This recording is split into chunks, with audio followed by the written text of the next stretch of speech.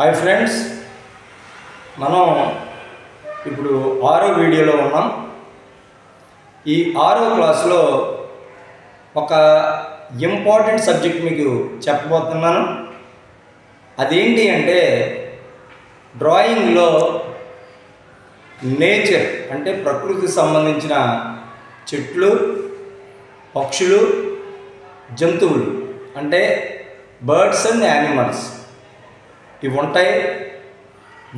వీటికి సంబంధించి ఈరోజు క్లాసులో మీకు అసలు బర్డ్స్ అంటే పక్షులకు సంబంధించి సులువుగా ఈ డ్రాయింగ్ని ఎలా చేయొచ్చో మీకు చూపిస్తాను. పక్షుల యొక్క డ్రాయింగ్ని లేదా బర్డ్స్ యొక్క షేప్స్ కానివ్వండి, వాటికి సంబంధించినటువంటి ఇంపార్టెంట్ టెక్నిక్స్ కానీ ఈ క్లాస్లో మనం చూస్తాం. మీరు జాగ్రత్తగా అబ్జర్వ్ చేసినట్లయితే ఒకే ఒక్క ఇంపార్టెంట్ పార్ట్పై ఇవన్నీ ఆధారపడి ఉంటాయి. అదేంటంటే సింపుల్గా చెప్పాలి అంటే ఒక క్వశ్చన్ మార్క్ మీకు వస్తే దగ్గరగా బర్డ్స్ అన్నీ వచ్చినట్లే. అది ఎలాగో ఒకసారి చూపిస్తాను, జాగ్రత్తగా చూడండి.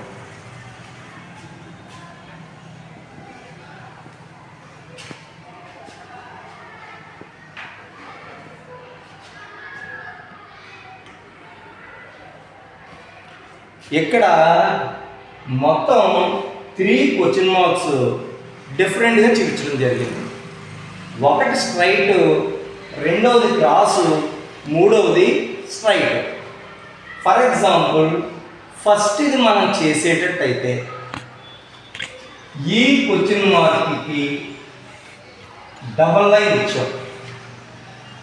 ఇచ్చిన తర్వాత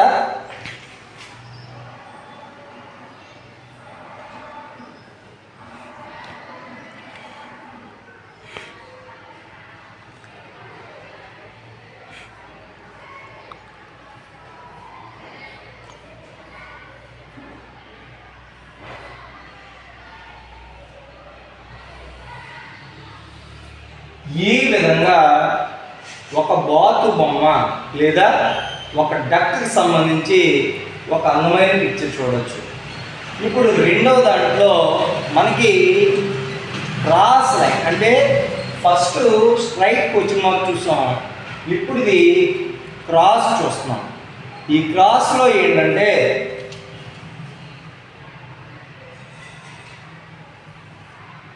ఏబిసిడిలో సి షేప్ చేసాం.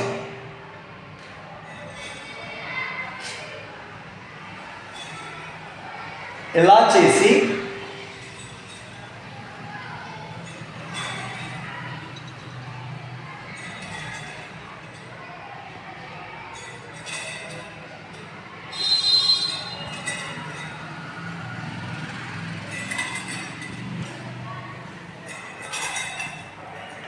ఈ విధంగా మనం చేసినట్లయితే ఒక ప్యారెట్ బొమ్మ ఈజీగా చూడొచ్చు. ఫస్ట్ దాంట్లో డక్కి సంబంధించి చూసాం, తర్వాత దాంట్లో మన ప్యారెట్ చూసాం. ఇప్పుడు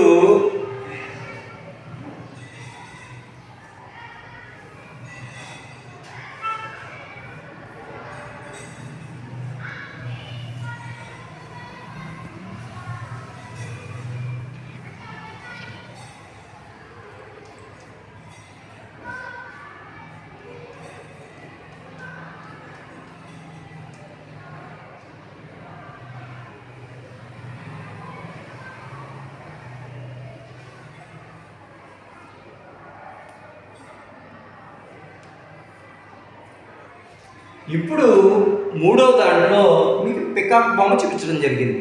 చూడండి, first one duck, second parrot, third one peacock. అంటే ఈ 3 డయాగ్రామ్స్ వేరైనప్పటికీ కూడా ఈ 3 దేని మీద డిపెండ్ అయ్యి ఉన్నాయంటే ఒకటి క్వశ్చన్ మార్క్. ఈ క్వశ్చన్ మార్క్ వస్తే ఒక 3 బర్డ్స్ నుంచి ఎన్ని బర్డ్స్ అన్నా కూడా మీరు డ్రా చేయొచ్చు. ఇది ఈరోజు నేను చెప్పబోయే క్లాస్లో ఇంపార్టెంట్ బర్డ్స్ డ్రాయింగ్ ఎలా చేయొచ్చు అన్నది నేను చూపించడం జరిగింది. ఈ 3 మీరు నేర్చుకుని చక్కగా బర్డ్స్ ఏ విధంగా వెయ్యాలో ఫుల్గా ప్రాక్టీస్ అవ్వండి. మరి ఈ 3ంటికి కూడా పెన్సిల్ షేడింగ్ చేయొచ్చు, కలర్ చేయొచ్చు.